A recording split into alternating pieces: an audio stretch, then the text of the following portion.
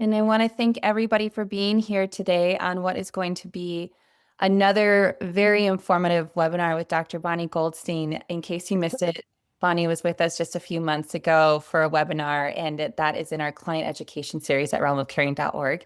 It's also featured on Goldstein Wellness, and it's on our YouTube. There's many places you can find it. If you haven't seen it yet, I promise it's worth watching. But today we are here to talk about cannabinoids for the symptoms of autism. So Bonni is going to take the lead and discuss cannabinoid therapy for autism spectrum disorders, reviewing what the science shows, talk about her own clinical experience, and even address the recent controversies with acetaminophen and autism. Really excited for this conversation. And if we have time, we will do a Q&A at the end. So just use that Q&A box. And if we don't get to it by any means or by chance, we will still find a way to get you your questions answered, whether that be in a follow-up interview blog or directing you to places on our website our websites where you can find that information, but we will get it to you. And without further ado, I will pass it over to Dr. Bonni Goldstein to take us through this thoughtful conversation. Thank you so much, Sasha. Hi to everybody. Good evening. I'm in California where the sun is setting and it was a windy, chilly day, believe it or not. And I know the rest of the country's starting to see fall and winter. Welcome you this evening. We're going to get started. I've got a ton of stuff to go over. And if you're not familiar with me, I've been a licensed physician since 1991 here in California. I trained at Children's Hospital LA and I worked critical care transport and emergency medicine for many years. And in 2007, 2008, I was asked about cannabis by a friend fighting cancer. I didn't know anything. I educated myself and I became intrigued by the science and by the medicinal potentials of cannabinoids. And so I've been in the field ever since. I have a practice called Canna Centers, and then I've also just recently opened up a platform for education, but also for patients to have connect with educated clinicians and with resources to help find what might work for in the cannabis world for particular conditions. I also have a slew of memberships and advisories, and I'm not going to go through that because I want to get to the material. And then, by the way, this is my book. All right, so let's talk about autism.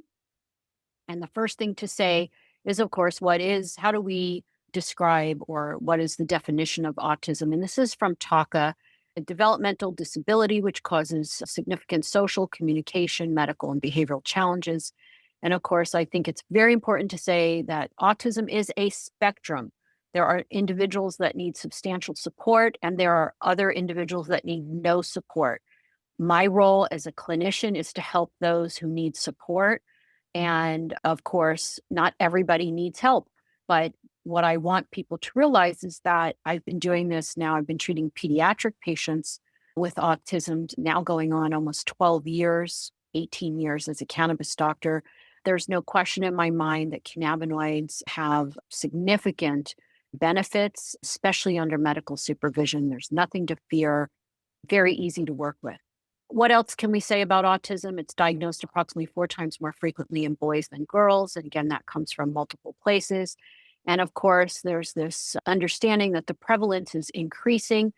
That could be a whole nother lecture. I'm not going to go into why or how, but we think between people having children later in life, the cesspool of chemicals that we live in, and also just better diagnostic criteria. I also have a lot of patients in my practice that may have a genetic syndrome or some other condition, but they get the diagnosis of autism, which they really don't meet the definition, but they get the diagnosis so that they can get the services. It shouldn't be so hard to get the services that some of my patients need, but I do see that a lot of clinicians will make the diagnosis just to be able to start treatment earlier rather than later. What about diagnostic core symptoms? So the two that you see in the center, so social communication deficits and the restricted interests and repetitive behavior, sometimes called RRBs, these are the two main, what we call core symptoms. But as you can see, there's a whole constellation of co-occurring challenges, things like anxiety, irritability, depression, OCD, sleep disturbance, GI disturbance, underlying genetic conditions that may lead to other challenges, motor problems. And then also at the bottom here, you see different levels of intellectual ability, different levels of language and different levels of adaptive abilities. And so there's this, again, going to this idea of spectrum. Each individual is different. And when we're looking at cannabinoids, it's important to keep in mind it is not one size fits all. CBD is not going to work for everybody. But what we're looking at is how may these cannabinoids fit into this very complex neurobiology, right? Behavior challenges and just overall regulation.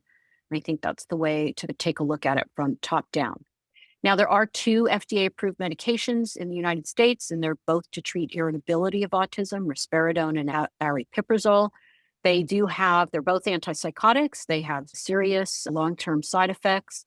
Short-term weight gain, I had a patient who gained an 11-year-old who gained 40 pounds in 3 months. You can have diabetes, metabolic syndrome, drowsiness, tardive dyskinesia, increased prolactin, which is a hormone that can lead to breast growth and in boys, it can happen. It's reported that 40% of patients do not respond to this treatment. I suspect it might be a little higher, might just be that I see a skewed population. Other off-label drugs are also used, SSRIs, antidepressants, stimulants, antihistamines, anxiolytics, antipsychotics. Often the side effects are intolerable and there's low efficacy. And if you delve into the research, there's really not great research supporting the use of these drugs, especially in developing children.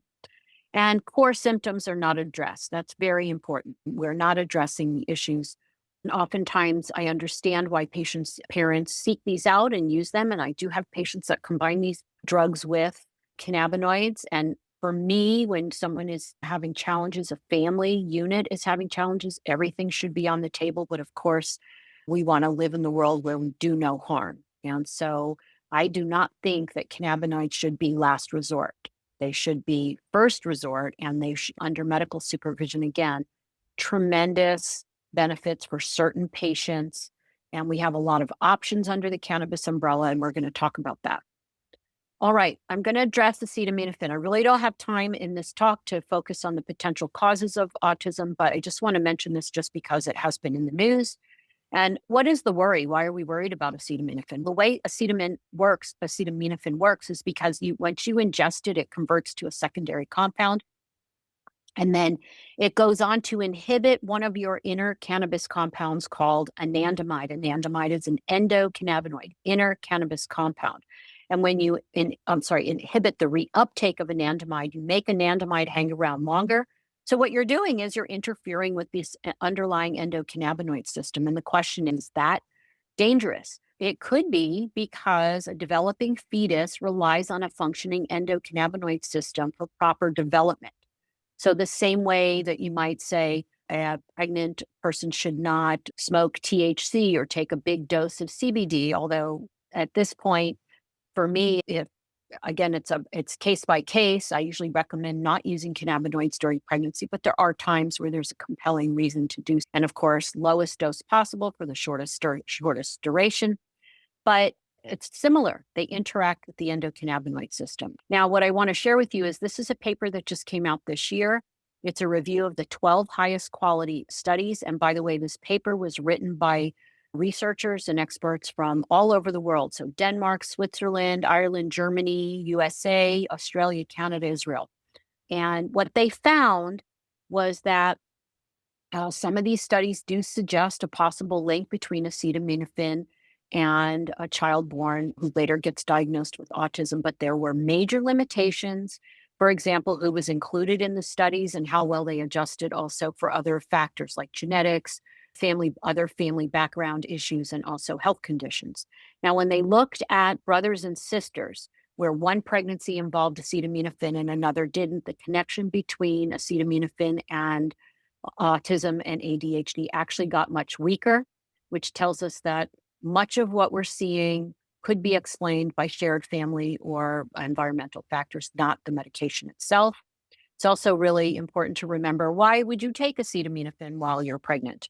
If you're having an infection, fever, pain, virus, or something else going on, maybe it's the underlying factor that could be interfering with the baby's developing brain and body.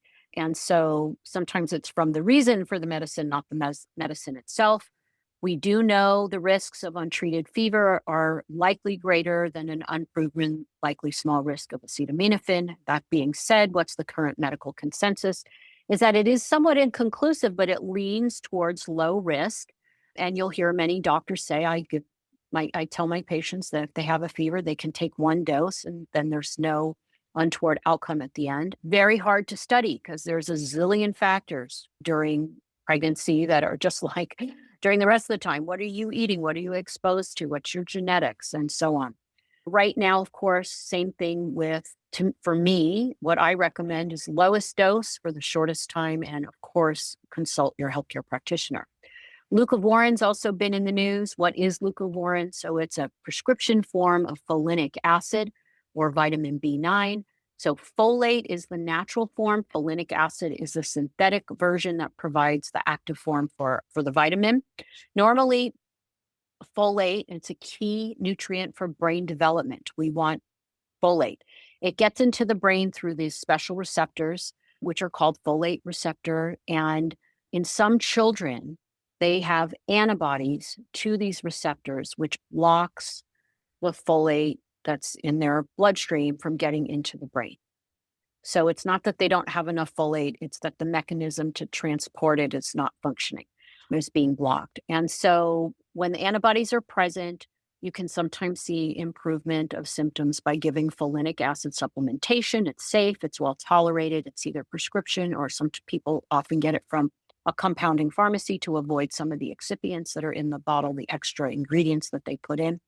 I wanted to show you this graph or this bar chart from a report that came out in 2020. The green bar is no improvement. The blue bar, is improvement. The blue bar is no change. And the red bar is someone who was worse. So it's 44 children in this study who tested positive for the antibodies and they got leucovorin supplementation and they just looked at what percentage of patients had improvement. So you can see if you look at green just for improvement, receptive language over 50%, expressive language, verbal. And again, these are kids who had the test, okay, who did show antibodies. Also attention. What about no change? So it didn't appear to help with aggression, as you can see. Nonverbal communication helped with some kids, but not others. And then in terms of getting worse, it was really hyperactivity and a few patients here and there in these other categories. So in general, like I said, it's safe and well tolerated. It's certainly something you should talk to your child's doctor about, or just go online and do a little bit more research to see if it's something you don't have to have the test. I know patients who have just been put on leucovorin prophylactically by their neurologist, and they just reassess to see if it's doing anything for the child. All right, so we're going to move on to the endocannabinoid system. And this is a system that is excruciatingly important to your well-being. It regulates basically how you handle stress. When stress comes at us, whether it's an infection, some type of traumatic insult, what happens is that we take the hit and then our body goes into survival mode. How am I going to respond to this hit? And the endocannabinoid system is activated. And the idea here is that we release our inner cannabis-like compounds that bind to receptors that then tell the cell, change your message. So the message of overinflammation, dial it down. The message of nausea is an over message, dial it down. The message of pain, anxiety, it's an over message, dial it down. All of those messages are adaptive. And I joke around and say, if a bear is chasing you in the woods, yes, you want stress, you want your fight or flight system to work. But when you're just sitting in your house and you have a panic attack, where did that come from? That's your chemistry, and your endocannabinoid system should be kicking in and regulating, keeping your messages between cells balanced. And we call that homeostasis. And when you look at where the endocannabinoid system is located, it's all over. And that is why cannabis as medicine treats so many different conditions. It's because your endocannabinoid system infiltrates every system. In medical school, you learn about the pulmonary system, cardiovascular, hormones, your neurology, but this is the link that ties it all together, right? And so you can see here mood, focus, sleep, learning, pain, immune system, and this is a short list. In the gut, digestion, motility, and control over the microbiome, controlling stress hormones, reproductive balance, and your emotional being. It's excruciatingly important. And this is why we talk about cannabinoids to treat conditions that may have an underlying endocannabinoid system issue. The idea here is that you're augmenting or enhancing or balancing a regulating system that already exists in your brain and in your body. Now, this slide highlights some of the research that suggests that children with autism may have some differences or alterations in their endocannabinoid system. This first one was one of the early ones in 2013, where they drew blood on children with autism and they drew blood on children without autism. And they found that children with autism had dialed up cannabinoid receptors, type 2 cannabinoid receptors, which are type 2 cannabinoid receptors are involved in immune function and inflammation. Why would those be dialed up? We suspected at the time that maybe these kids had obviously an underlying chronic immune dysfunction. And what's happened when you get upregulation of your receptors, meaning your body puts out more receptors, it's usually because your body is looking for providing a target. Your body's really smart. It wants to be in balance. It's providing a target for those inner cannabis like compounds. But where are they? And it turns out 5 years later, the first report here, this is from Stanford in 2018, that they found that children with autism had lower levels of one of their endocannabinoids called anandamide. And the way to think about anandamide, ananda means bliss in Sanskrit. So when they discovered this compound, they named it the bliss compound because it helps with relaxation, emotional balance, communication between brain cells. It helps control pain. It's such a very important compound. And then the following year in 2019, a group, Dr. Iran's group in Israel, also discovered that children with autism have lower circulating levels of endocannabinoids. So the way to think about it is like we all know people have vitamin D deficiency and they supplement with vitamin D. We don't have anandamide to give to you, but guess what? THC mimics anandamide, and CBD can actually sometimes help. CBD actually enhances your anandamide levels by blocking the breakdown of anandamide, but also targets many other receptors that help provide that homeostasis or that balance that I'm talking about. So again, the idea here is that cannabinoids is medicine. We are not band-aiding. We are not making a child, for lack of a better word, stone and sit on the couch and then you're not a problem. That is not what we want. What we want to do is to help get everything into balance or as close to, so that a child can function and reach their potential and have a very good quality of life. So it's really about augmenting and balancing an endocannabinoid system that may be altered or dysfunctional. So now we're going to, oh, and this is important. We don't know yet whether this underlying imbalance is the cause of autism, it's a consequence of autism, or a parallel feature. And I think that's a very interesting question. And it's something that hopefully we'll figure out in time. But at the same time, we know that children with autism have these irregularities in their endocannabinoid system, and cannabinoids may help balance that. And I've done some research on this. I'm going to share a slide at the end that shows you some of my research where cannabinoids given to children with autism moved these biomarkers that reflect inflammation and aggression from really very high or very low to a very, that what we call the physiologic range. Now, autism is not just related to behavior, it also has medical and multisystemic aspects, as I mentioned in one of the slides earlier. And what you see here are three biologic systems that are often out of balance in autism: neuroinflammation. And so, one thing to think about is that your brain has immune cells called microglia, and they protect it. If you have a head injury, your body dials up your microglia to clean up, to protect, and to react to that injury. In some people with autism, it appears that the microglia stay overactive. So what they're doing is they're releasing inflammatory chemicals that can interfere how the brain communicates, or brain cells communicate with each other. And we call that neuroinflammation.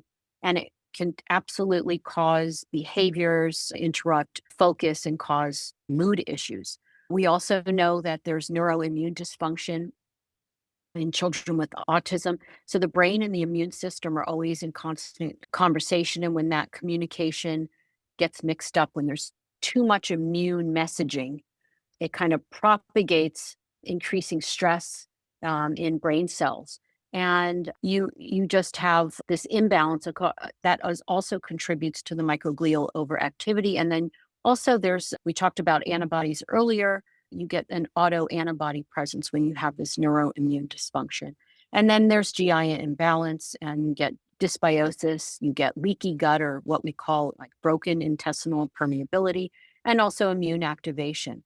And so we know that the endocannabinoid system is active in all of these areas to help modulate and again balance out. So with plant cannabinoids, these are all proven outcomes when plant cannabinoids are studied, decrease microglial activation and cytokines. It helps regulate T cells and immune signaling, reduces gut inflammation and permeability, and very importantly, restores the neuroimmune gut balance. Now, I'm just going to briefly talk about the cannabis plant. And many of you know this. So, over 500 compounds. There's a family of about 160 phytocannabinoids. That number fluctuates depending on what day it is in terms of what article you're reading. But we have so many different cannabinoids. Of course, THC and CBD are the most known and well studied, but there's a whole slew of others that we use in clinical practice. We also know that the plant has terpenes, which are essential oils, and also has flavonoids. I'm not going to get a chance to go into much of this today at all because we're going to focus on the autism research. But this is what the cannabis flower looks like. If you look up close, you see these little antenna-like projections. Those are called trichomes. Those are the factories where your cannabinoids and other compounds are being made. So just be aware that the plant gives us this whole slew of compounds. All right, we're going to move on to research because there's a ton of it to talk about. So this was the first published article looking at cannabis in a child for autism. It's a case report of a 6-year-old boy. They used what's called the ABC scale, or the aberrant behavior checklist, before and after. And this was not natural cannabis. This was dronabinol, which is a synthetic THC. THC is the compound that mimics anandamide the best. And they started with 1 drop, which was 0.62 milligrams. And if you're not familiar with the milligrams for THC, let's say an adult would come to me and say, I'm not sleeping very well. What dose should I start with? On average, around 2.5 milligrams. In a child, I usually start around 0.5 milligrams or 1, depending on what size they are. So 0.62 is right in the ballpark there. And then they titrate it up. And you can see that over time, he ended up on 2 drops, I think, in the morning, 1 drop in the afternoon, 3 drops at night, total daily dose of 3.62 milligrams. This is not a high dose. This is not really, it just depends on the person. And if you're going to ask me, does it impair? When you start low and titrate up, it gives your body a chance to develop a little tolerance. When you develop a little tolerance to THC, you get a wider therapeutic range. You would never start out of the gate, start taking 10 milligrams if you weren't using cannabis or THC before. That would not be a good idea. He had no adverse effects. And just to move quickly here, what you can see is that all of these different symptoms, he rated very high on the ABC checklist. And after 6 months, you can see that all of these numbers on the checklist went down and he had improvement in all these areas. So this is a compelling story of a young man who benefited from very low dose synthetic THC. This is one of the first reports, like a clinical trial of CBD. And I will share with you that most of the research is on CBD, and I'll share those with you. And then we're starting to move into the other cannabinoids to test those. But again, CBD is the most researched and has the most support if you're just looking at the scientific literature. So this was 60 children with severe symptoms. The age range was 5 to 17 or so. 83% males. In the paper, they say 77% were low functioning. And what I understood from one of the researchers that was involved was that these were many kids where the family was at the end of their rope. They were really struggling. They were treated anywhere from 7 to 13 months. And you're going to see this ratio a lot in the research. This is being used a lot in Israel, where they are allowed to study this. So 20 to 1 CBD to THC. They started with 1 milligram per kilo per day, and they titrated up. So then to 2 milligram per kilo per day, then to 3.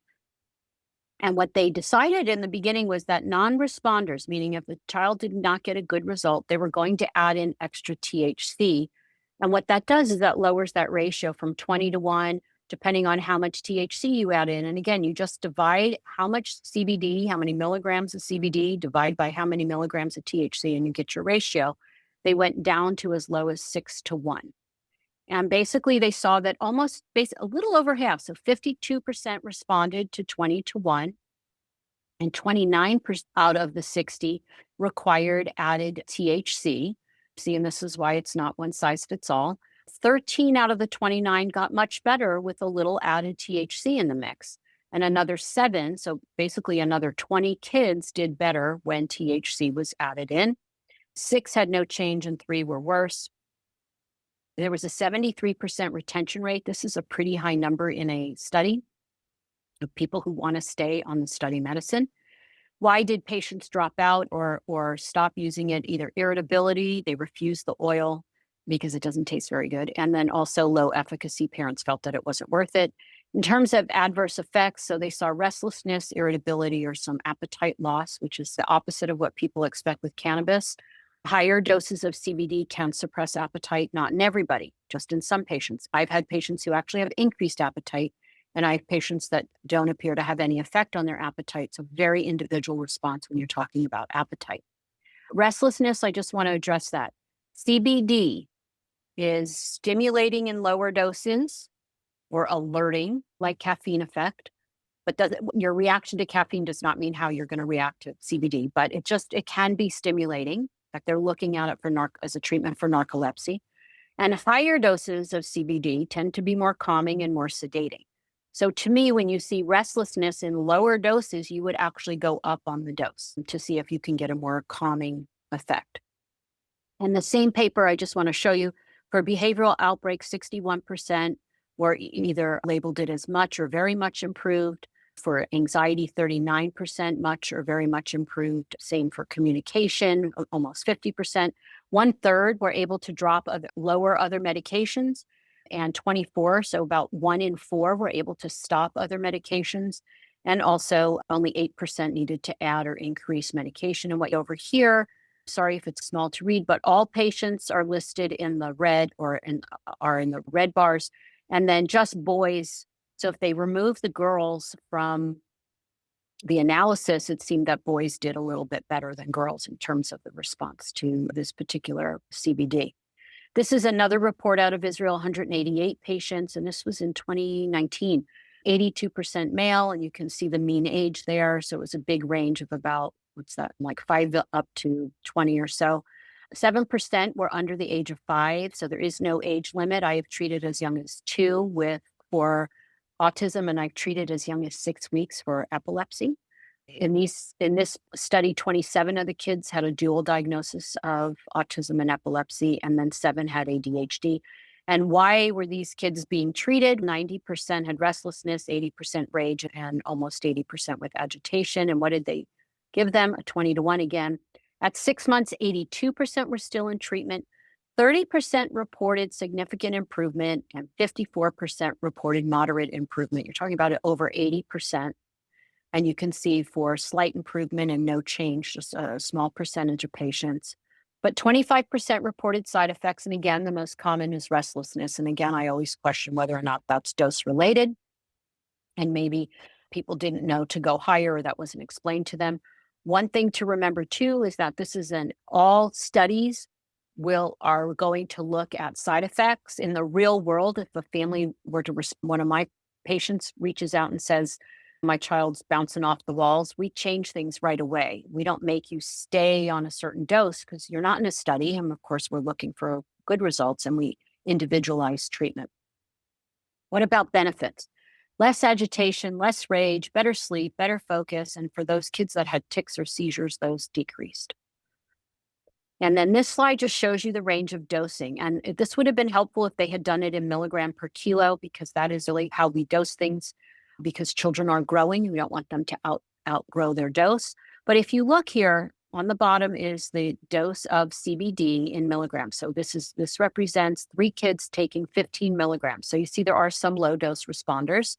This is how many kids? Like 7 kids getting 30 milligrams and so on. But you see there's a bunch of kids up here getting 180 milligrams up to 285. And again, this is 2 to 3 times a day. So some of these kids were on pretty high doses, over 600 milligrams, but it clustered around the 45 to 75. if you look at the more common dosing. But here it shows you the average dosing. This is a very wide range of CBD. And the idea, remember, CBD is a very wide range of dosing. I have patients that literally only can tolerate 5 to 10 milligrams, and I have others over 1,000 milligrams a day, and everybody in the middle. It is not one size fits all. For THC, the dosing is much more narrow. You can see it like range from 1 to 7 milligrams. Now, in this report, they added in 1/4 of patients that had insomnia. They did add in THC at nighttime. And again, low dose, under 10 milligrams, which is not really, again, dialed or titrated to the child's tolerance, to the child's response. It's very important that it's, again, not one size fits all. This is a study that shows it's the first placebo-controlled double-blind comparison of two cannabinoid solutions. They basically took 150 kids, split them into 50 each, 3 groups, gave them one arm. So, for instance, placebo for 12 weeks. And then after a 4-week washout, they got whole plant extract. And the same thing for the other groups. They did all of these baseline analyses in the beginning, and then all of these analyses as they went on to see how treatment was helping them, but also comparing placebo with a purified CBD, meaning just CBD and THC extracted from the plant, put in a bottle, versus the whole plant, meaning nothing's extracted. It's just how the plant grew in a 20-to-1 ratio. And again, these were patients that mostly had severe symptoms. And the idea here, what they showed here is that what you can see is that this is whole plant extract, is the red bar. And this graph represents the percent of participants with a positive response. So 49% of the kids that had whole plant responded. And remember, it could be from the different groups, depending on which they got. The purified is here in the gray. So 38% had a positive response. But in terms of statistically, this is the placebo, 21%. We look at statistical significance to determine whether or not the outcome is by chance. And when you have a very strong, there's a less than 1% chance that this is due to chance that these patients had this good response. So what that tells you is that this is a true medication effect. So it's a very nice study. They looked at adverse events as well. There was no severe adverse events. That means side effects. The most common side effects, so somnolence, feeling tired, is much more likely if you're taking other medications in combination with high-dose CBD. Here again, decreased appetite, tiredness, and then for some patients, anxiety, which is interesting. And maybe they stopped at a certain dose, they were a little ramped up. But again, in clinical practice, we can address that with other cannabinoids or with changing the chemovar. Some other things that they found, very interesting, a decrease in BMI was noted. So participants with a higher body mass index at baseline had a prominent decrease in BMI following treatment, meaning no weight gain. Remember when we talked about the pharmaceuticals that are offered to children with autism, there can be very significant weight gain. Males were more likely to improve on behavior, compliance, and social ability. Younger children were likely to improve on clinician assessment and parental stress. Somnolence was more common if they were on other medications as well, and that was highly statistically significant. The whole plant extract remained significantly associated with improvement on clinician assessment and on social ability after they controlled for some of the side effects and for the other drugs. And here you can see the average treatment. This study puts it in milligram per kilo. So if you have a 20-kilo child, 20 times 5.7, I'm just going to round up. So 20 times 6, 120 milligrams per day, probably divided in a couple doses or 3 times a day. And you can see, though, that the whole plant and the pure on almost very, very much the same. Here's another study. The reason I'm showing you this one is because it's a different ratio. Look at that, 75 to 1. This was a small study, though, only 18 patients, but they gave these kids the 75 to 1 ratio oil, and they did monthly evaluations in the clinic over 6 to 9 months. They reported their data a little bit different than some of these other studies. So 60% had a greater than 20% improvement in hyperactivity, motor deficit, sleep, communication, seizures. 80% had a greater than 30% improvement in ADHD, sleep, seizures. 77% remained on treatment. And the 4 that had a negative response were all taking multiple psychotropic medications. In my practice, I do have patients that come in on multiple meds, and I usually will say, let's get started on the cannabis first. And if we see something that's beneficial, then we can start weaning. I don't usually wean ahead of time, but if somebody's on a very complicated medication regimen, sometimes it's helpful to wean a little bit beforehand. I very rarely use this ratio. I don't find it to be all that beneficial. However, there are children in my practice who have sensitivity to THC and they just get glazed over even with a tiny dose. That's their sensitivity, individual to them. And for those patients, I will use these higher ratios because we want to try to avoid that glazed over look. Next study, the reason I chose this one was, this one looked at blood work in these patients. So often people will say, well, is it going to show up in my blood? Is it going to change something? And so this was a study. They had 59 children at young adults as well, 5 to 25 years. Again, the 20-to-1 ratio for 6 months. The mean daily dosing slightly higher than what we just looked at, but they assessed a slew of blood work. So complete blood count, which looks like the white blood cells, red blood cells, platelets, and so on.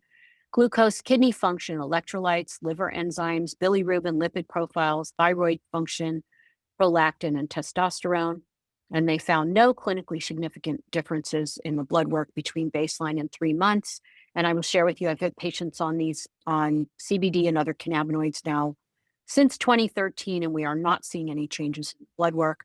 They did see elevation of one of the liver tests, LDH, and then some of the thyroid, but they were within normal ranges. So they changed or shifted, but they did not go out of range, out of the normal range. In this group, there were 14 children taking other medications, and they did not see any differences in their lab tests as well. This is just a review that came out in 2021. They looked at 13 studies, 8 were finished and 5 were ongoing.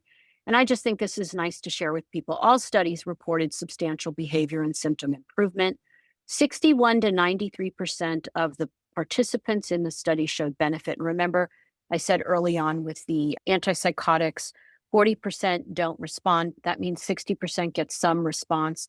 In the cannabinoid studies, what we're seeing is much higher, 61 to 93% showing benefits.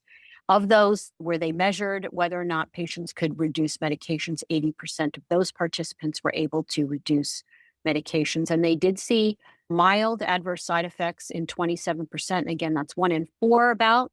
And what I would say to that is that's fine. I see it all the time, but we change in the real world. We change what you're taking or change dosing, change product, change cannabinoid, change timing. There's lots of things we can do to avoid side effects.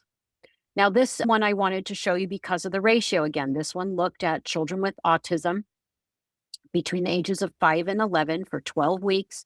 And it was a very low ratio compared to that 75 to 1. It's about half of the 21 at a 9 to 1.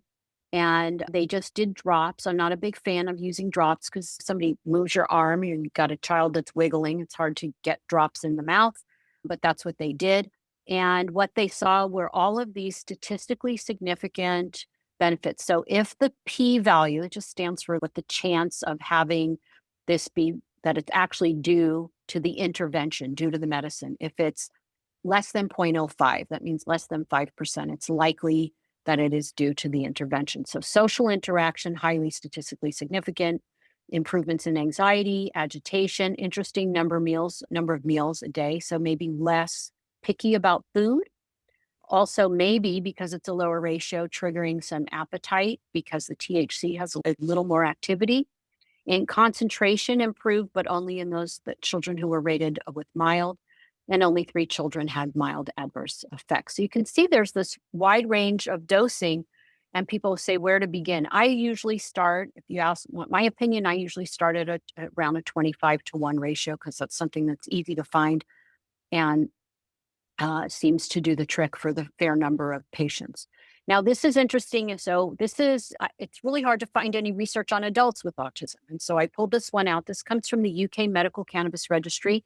They approved the use of medical cannabis in the UK a number of years ago. It's a complete disaster for pediatric patients because no neurologists want to get on board with it. But for adults, they have access. There were 74 adults. The mean age was almost 33. 81% were either current or already using cannabis. So what does that tell you? They were already finding it helpful. 69% reported anxiety and depression in addition to their autism diagnosis. They were able to use dried flower. That means that they're using cannabis material to smoke or vape. 22% were using oral or sublingual preparations like tinctures, and 30% were combining, were using both. And this is the dosing. Now, look at CBD as they're only 10 milligrams a day, but look at the THC. That's a pretty high dose. But again, what I tell everybody is we don't judge the dose. If that's what that person needs, if they are highly anandamide deficient, if they don't absorb very well, if they have very extreme aggression or really difficult behaviors, sometimes high dose THC is needed. And so I don't ever judge. In fact, I have a patient right now who's now he's in his early 20s. He takes somewhere between 200 and 300 milligrams of THC 3 times a day in addition to his CBD. And that's what keeps him able to function. He's able to leave the house. He's able to go out to dinner. He's able to participate in his life. So we should not judge the numbers when we're talking about medical use. As long as somebody is doing well and they're not having side effects and they're not losing the medicinal benefits due to tolerance, I don't ever judge the number. Now, how did they look at these patients? Here's all the scales. So basically, this top one looks at all kinds of stuff, mobility, self-care, activities, but it's a quality of life measurement. They looked at a sleep scale and they also looked at an anxiety scale. And what they saw in this group of adults was significant improvements in general health-related quality of life and sleep at 1 and 3 months, and also sustained changes in quality of life and sleep at 6 months. And again, side effects were mild to moderate and nothing here unexpected or potentially dangerous. Now, this is interesting, and this is one of the studies. This is from 2022. It was an open label trials, 110 patients. It's again 20-to-1 ratio. But this was really the first report that documented that CBD addressed core symptoms. And so they found overall significant improvements in social communication abilities and restricted repetitive behaviors. Interestingly, and I've mentioned in a previous study, larger improvements in those who had more severe initial symptoms. Interesting too, findings were not associated with age or dose. It doesn't mean if you didn't start when you're 5 that you shouldn't use cannabis when you're 20. There was no association at all with age. But they did not find any significant changes in cognitive scores. And the final dose, they stayed at under 10 milligram per kilo per day, or a total of 400 milligram per day, which is interesting because, as I've mentioned, I have patients on much higher than that. And also for THC, they really stayed very low, no more than 20 milligrams per day. And they still got very good benefits. And so I think this is a very nice report to show that CBD addresses core symptoms. That is why I think that cannabinoids and CBD, when I say CBD, CBD dominant, full spectrum, high CBD, a little bit of THC in there. This is why I think should be first resort. And those other drugs that have such difficult side effects and also just address only supposedly irritability should not be first resort. I just want to show you, this is a small study, 24 males, they rated moderate to severe, and they were also on at least one other medication using a 33-to-1. So we didn't see that ratio before, but that's what this group chose to treat their patients with. And again, they started with 1 milligram per kilo per day and titrated up. And I'm just going to show you this chart.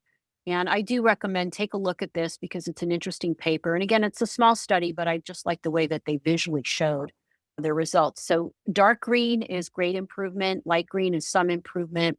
White bar here, as you could see here, is no change. And then anything worse is highlighted in that kind of light pink. But what you can see, great improvement and some improvement for, and this first one here is communicative intent, is the majority of patients, the majority participating. If you look at LE, learning, the next one is attention to others. So all of these wonderful improvements that you see, and what I like here too, this very last one, expressive language, very nice results, okay? And then this one, oh, I highlighted some things there, but I'm going to go a little faster for time. Here's a second bar graph that they show, and this is their clinical assessment of changes in repetitive, restrictive, and dysfunctional behavior. So look at aggression, very nice results. Look at irritability here. And then if you look down here, this is self-aggression. So you see, and very little risk, right? And again, in the real world, if you end up in this little category here where you're much worse, you change it. There's no reason to stay on something that's making you worse. Okay, what about additional cannabinoids? So I have started using CBDV. This is cannabidivarin. It looks just like CBD, except there's a little tail on the structure. I'm sorry I didn't include it, but instead of 5 carbons, it has 3 carbons. That's what makes what we call the varins. Those are just another group of cannabinoids that are in the plant. And in rats, they found that CBDV really reduced autism like behaviors and restored the endocannabinoid system and the glia. Remember the microglia I talked about? It restored those glial alterations in the rats, and they use this prenatal valproic acid is just a rat model of autism. They also found here that a single dose of CBDV in adults with and without autism, when they compared an MRI, they found that CBD restored this atypical signaling in the brain to a neurotypical range. This is just put this article up if you want to take a look. It just is a nice review of CBDV for both epilepsy and autism. And then I just share with you, this is the one human clinical trial of CBDV that's published, although there's some research that some pharmaceutical companies did, but I'm not going to bring that up, but that was in adults with epilepsy. But this is in 5 little girls with Rett syndrome, is a neurodevelopmental genetic syndrome that falls under the category of autism. They did a phase 1 clinical trial, and these patients was very well tolerated. So the idea here with this study was safety and efficacy. Yes, it was very safe. And yes, it was very effective in this group, the 79% reduction of seizures. But I've started using CBDV in my patients, and this is what I've seen. And this is some unpublished clinical reports. I'm gathering data, hopefully, to publish, but improved speech and comprehension, better sleep, less impulsivity, better social interaction, better eye contact, improved behaviors at school, less aggression, happier mood. These are all parents from parent emails. What I do want to share is that most of these patients are combining CBDV on top of an already existing cannabinoid regimen. So they may have been on CBD and THC and maybe CBG or whatever it is for that particular child. So this is not by itself. Can you use it by itself? Sure, you certainly could, and see how it works. Side effects in clinical practice, I've not seen any. In epilepsy. It either works or doesn't work. But in autism, I have had a few kids that have been agitated. It's similar to the handful of kids in my practice that don't tolerate CBD. And why, you might say, why? These compounds are very what we call promiscuous, non-selective. They hit multiple targets. Most pharmaceutical drugs are designed to hit one target. These compounds they hit multi targets. And for some patients, I believe that one of the reasons that it may not work out well for certain patients is because we're hitting targets that we don't want to hit. And that's where that promiscuity or non-selective property of these cannabinoids may not be beneficial. Could also be that something in the full spectrum. So sometimes I very rarely use isolates, but sometimes I'll use it in a child who's struggling with unwanted side effects. Now, what about THC? So I've said it twice already. THC mimics anandamide. And Dr. Iran, in that one study I showed you, 1/3 of participants with autism did better with the addition of THC to their CBD regimen. And clinically, I find it helpful for aggression, self-injury, and insomnia. As I mentioned, some kids tolerate very high doses without any evidence of impairment or intoxication. I usually include it in a regimen that includes CBD, which helps mitigate tolerance. There's something I call the ceiling dose. Every person is different. What's the ceiling dose? That's the dose at which you become impaired. You stay under that, but then you could build tolerance a little as if you're on it for a longer time, which then that means that ceiling moves up. And of course, the chemovar matters. What kind of THC are you using? And I usually encourage people to use calming terpenes. CBG has not been studied in autism, but it is anti-inflammatory and anxiolytic. There are reports of benefits, improved speech, mood, focus, more socialization, less hyper, less anxiety. Maybe alerting for some people. So I usually recommend when you're trialing CBG, just take it in the morning only, see how you or your child does. And also the chemovar matters. Remember, if I grew cannabis in my backyard and you grew cannabis in your backyard, even if we start with the same seeds, they don't turn out the same because all of the environmental factors when you're growing cannabis. So we call that the chemovar or chemical variety. Again, by definition, different brands usually have different chemovars. And you may need to try CBG from 2 or 3 different companies to see which one suits better. THCA is raw THC. It's anti-inflammatory, non-impairing. It's not been studied in autism, but I have used it.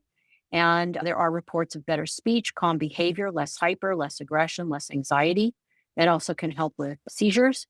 I like a ratio of about 20 to 1, almost impossible to find these days because just our dispensaries here in California are really targeted more towards recreational use than medical. You do want to keep it refrigerated because it can convert to THC if left out and heated up. CBD is the raw form of CBD, meaning you have the flower. Remember that flower I showed you, and you make a product out of it without heating it up. So it's a potent anti-inflammatory, it's anti-anxiety, it's non-impairing. And again, there's one study I'm going to show you next, reports of less aggression, better focus, less symptoms of pain, happier mood, less anxiety. And again, I usually tell people to keep it refrigerated. One of the main uses in my adult patients is for inflammation and pain, and it can be quite effective. This is a study that came out of Australia, and just a disclosure, after they published this, they invited me to be an advisor for their company, and they are looking to get this product into the United States. It's 62% CBDA, 14% CBD, and then some minor cannabinoids, very low THC. It's only 14 patients, but they all had moderate to severe symptoms, and they titrated up over 4 weeks, starting at 5 milligram per kilo per day and going up in the same increment. Looking at safety and efficacy, 14 of the 18 completed. There were 18 initially, so 14 completed 4 weeks. 64% tolerated the max dose at 20 milligrams. And again, this is safety as well. 36% tolerated between 6 and 19. So again, that wide range. CBDA kind of mimics CBD that way. There's a wide range of dosing. 36% did report stomach upset, which then resolved. It was like, was it a bellyache from the CBDA or not? Nope, there was no intervention, and it went away, and they stayed on treatment. No serious side effects. And this is a very nice number. 93% showed improvement. And when you look at the improvement, what they saw was statistically significant improvements in clinical severity, anxiety, agitation, behaviors, attentiveness, and more than half of the caregivers and participants reported decreased anxiety. So even the caregivers have less anxiety. And this just breaks it down for you. And again, in the interest of time, I just have a few more slides that I want to show you before we run out of time here. This is my biomarker research. So what we did, what you're looking at here is just 3 of our 15 children that participated. We collected saliva in the morning before they took their medical cannabis.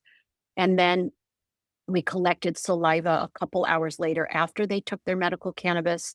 And we measured all of these different metabolites or biomarkers, basically chemicals that we make in our bodies in these children. And what you can see is this blue zone. So here are all the different biomarkers. Each line represents a biomarker. This line straight down was the average for neurotypical children. And the range, this is -2 to +2 standard deviations away from the mean. So our physiologic range is within the blue. And you can see that this young man, all of his biomarkers, many of them are falling outside of that range. Same for our little patient here, and same here. And after they took their medical cannabis, we collected those biomarkers again. And by the way, we did behavior assessments in the morning and behavior assessments in the afternoon, or with their after a couple hours of their medical cannabis. Parents tell me all the time my child's doing better. In the medical world, nobody believes you. That's anecdotal. Drives me crazy. If a parent tells me their child's worse, I believe them. Why shouldn't I believe them if they tell me their child's better? One of the reasons we did this research was to prove that it's not just in the parent's head. Look at that. All of those biomarkers shifted into the physiologic range after they used their medical cannabis, almost all of them. And so that correlation of my child is better because he's less anxious, there's better focus, he's not as aggressive, he's learning better. The schools were telling me he's doing well. Look at this. It correlates to an underlying physiologic response. And so we're hoping to get this test to be able to test children before they start medical cannabis. So we have targets. And then we can understand which cannabinoid to use to address which biomarker or which chemical pathway. So we're still working on that, plugging away. All right, some clinical pearls. CBD dominant products. To me, that means the ratio is over 10 to 1. As I mentioned, most studies are 20 to 1. I like 25 to 1 personally. CBD, THC balanced products. I call them balanced when they're almost the same. So under 10 to 1. But remember, the THC plays a more prominent role. So probably that wide range of dosing is going to be a little bit more narrow because the THC, as you go up, it comes along for the ride. It's going to start causing some impairment. Most use 1 to 1, but some customize. You can have separate bottle CBD and THC and just add in the THC little by little, which changes that ratio little by little. So you can trial and see what might work best. Watch for that ceiling dose. I talked about that impairment. So red eyes, sedation, munchies, silliness. You can trial other cannabinoids as we've talked about. Most patients take 1 to 3 doses per day, again, individual, customized for the child. I usually recommend starting with a morning dose and adjust the timing based on the response. Do not make a change in your child's medicine and send them off to school because it takes 2 hours to kick in. You want to observe on the weekends or observe after school, unless your child's homeschooled or is at home. You really do not want to send your child out the door on a new dose of anything until you see under your supervision. I had a very awful case of a child being reported to Child Protective Services. It's rare, but it happened. And so it's left a bad taste in my mouth. So I just tell people change your medicine when you are watching your child or someone you trust is watching your child. We've talked about the biphasic effects of CBD may also exist for CBDV. Always shake the bottle before you drop the dose if you're using tincture, and also use a 1 ml syringe for accuracy. And then, Sasha, do I have time for 2 reports or do you want to stop and take questions? Let's do 2 reports because you're answering some of the questions as you're going. And Okay, and I will send you the ones that weren't answered, and we'll send a follow-up email this week to everybody so that way they can oh, get great. the answers. Yeah. Great. Okay, thanks. Okay, so let me just share 2 reports. This is a 5-year-old that came to me nonverbal, occasional aggression, mostly directed at mother who had black and blue marks on her arms, rare self injurious behavior, sensory seeking, picky eater, poor focus at school, very hyper and anxious, very rigid, but was sleeping. And the mom reported he seems unhappy and anxious. He doesn't like leaving the home. He did not like going to school. They tried guanfacine, which is a medicine for behavior. And they were also offered risperidone, but the parents read about the side effects and were reluctant to use it. Week 1, I started him on CBD THC. Now, by the way, this particular mother had already purchased a bottle of a 20 to 1 and brought it to the appointment and said, I don't know what to do with this. And I said, that's fine, we can use it. So we started at 1 milligram per kilo and just titrated up over a couple of weeks. Some people, this is what I'm going to tell you. There's 3 responses when you start treatment. A good response, if you see that, watch for a while, see over time. Everybody's allowed to have a good day or a bad day. You cannot tell by one day. You need at least 4 to 7 days. But if you get 7 days of a good result, you can hang out there for a couple weeks and see, and then try to go up again. If you don't see any result, you're not getting it into the system. You got to dial it up. If you see a bad result, now it depends on what it is. So if your child is acting out and it's high CBD, that could be to the biphasic. Don't wait. You might want to try one more day because, again, anybody can have a bad day. But if it appears to be making your child worse, you want to dial up. Less aggression. This child, less aggression, seemed happier. He was a CBD responder right away. We kept continuing to go up. We're looking for the best dose, what gives us the best result. Now, sometimes you have to pass up the best result. Oh, no, he's sleeping all day long. Nope, that's not good. And we back up. It's important to take notes so you remember which dosing helped your child the most. Again, less hyperactivity, smiling more, better compliance, and he was trying new foods. I remember they told me he tried pizza. They were so excited. By month 4, they were very excited. So far, he was doing very well. We added CBG. I believe he hung out at the 7 milligram per kilo for a few weeks, maybe up until month 4. And then we added CBG. He said his first words, he said, Mom, and he said TV, which he called his iPad the TV. He had better eye contact and better mood. And he's been basically staying at this, and great reports from school. and the parents are very happy. He's sleeping at night. We talked about adding in other cannabinoids. Fortunately, the family is stretched thin financially, and they said for right now, they're going to sit on this. But we did discuss trialing CBDV next. But they've been very happy. And again, he's been adding words. Speech therapist even said he was doing well. And that's just a kind of a very simple report of a good responder. This is a 16-year-old nonverbal, severe aggression, no self-injurious, but was aggressive towards other, very sensory seeking, hyper anxious, did not sleep at night, had some sexual aggression, was not in school due to behavior, had gotten thrown out of 2 schools. And his mother, frankly, was a bit of afraid of him because she had been hurt. They trialed 3 different antipsychotics. He had been on an SSRI. He tried Adderall, which is for ADHD. And he was currently, when he came to see me, on risperidone and lamotrigine, which is a Lamictal, if you're familiar. It's used both for mood stabilization, but also as a seizure medication. Not great results. Now, the parents gave him a 10 milligram gummy right out of the gate, which is what I told you not to do, but they did it. And they reported to me he had a great day, but he seemed a little stoned. So they were basically saying, look, we want to explore this. We saw our child have a good day and we want help. We want to find a cannabis regimen. So we started this child, I started him on a 1-to-1 ratio. And again, severe aggression in a big kid, not sleeping at night. The sexual aggression is a little concerning, unable to be in school. So THC, remember, we are treating that underlying endocannabinoid deficiency. And the studies show that some of the kids who have worse results do better with some THC in there. He started at 5 milligrams of each 3 times a day, and we started titrating up in 2.5 milligram increments. Less aggression, calmer mood, improved sleep, but still waking at night, but less than he was before. We kept going up, and he was at 7.5 milligrams of each CBD and THC, continued to have gains, a better compliance, less anxiety, less aggression. Week 5, we went up to 10, and the mom said he seemed tired and was very silly. So I think it was a little impaired. So we reduced to 7.5, back to the dose where he wasn't impaired.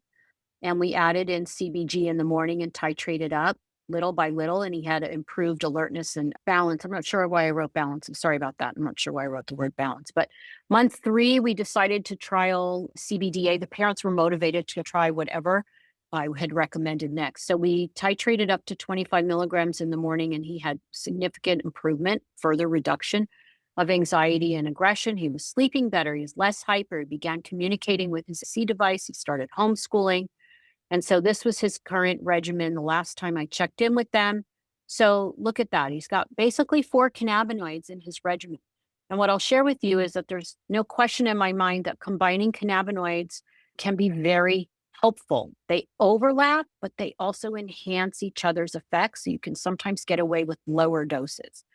And then just in summary, so research supports the use of cannabinoids for challenges associated with ASD. I'm going to tell you that some of the studies I quoted today, the final thing says, we do not recommend using cannabinoids until there's more research. For me, what I've seen in my practice, plus the research, I believe it supports the use, especially when you compare to other options, which are very limited.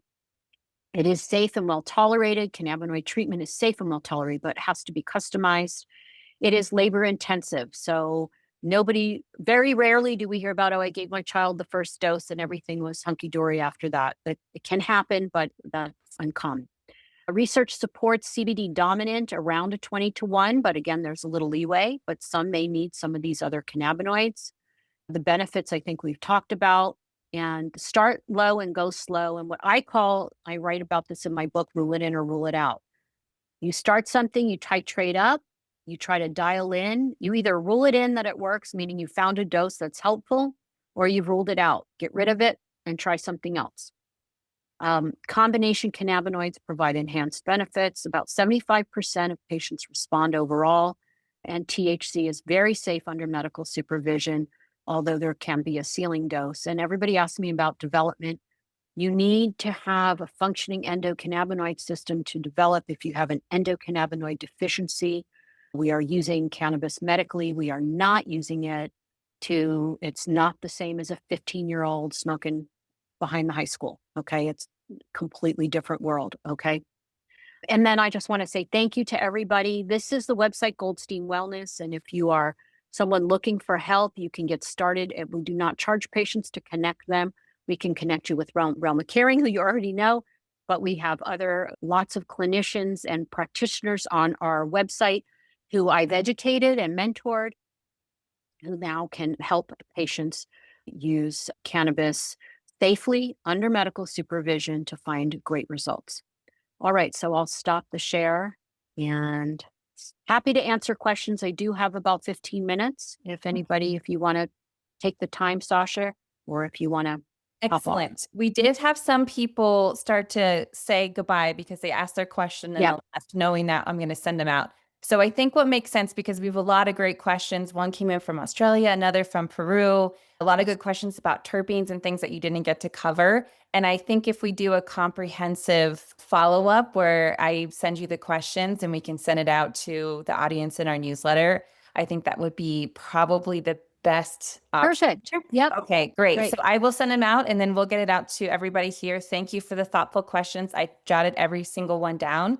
And if you didn't get a chance to write it in the Q&A box, you can always send it to info@realmofcaring.org and we will get that question answered as well. But thank you so much, Bonni. This is great. And also one person said that you just answered their question. So thank you, because you started to answer it. Happy to do. Yeah. Yes. Thank you so much. We could do hours on this. Yeah, I know. And That's the next I didn't one. even get to talk about beta caryophylline or some of the other things Yes, that we and can that was do. one of the questions. Yep. It's on Oh, well, BCG. let's do a talk on beta caryophylline because that's a very helpful compound and 1 hour is not enough time. You're And right. that just goes to show that when people say there's not enough research, yes, there is. There's a plenty of research and at least to show that it's safe and well tolerated.